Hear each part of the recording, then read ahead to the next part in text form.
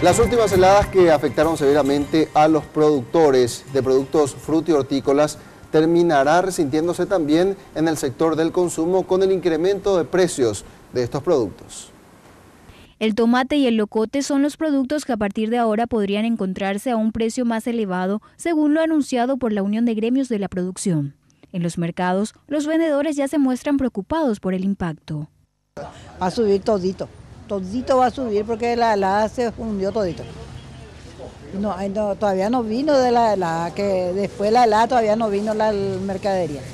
Después recién va a venir, pero ya está todo seco, zapallo, locote, sea lo que sea.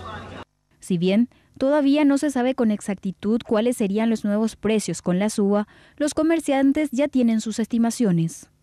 12.000 locote, tomate así también.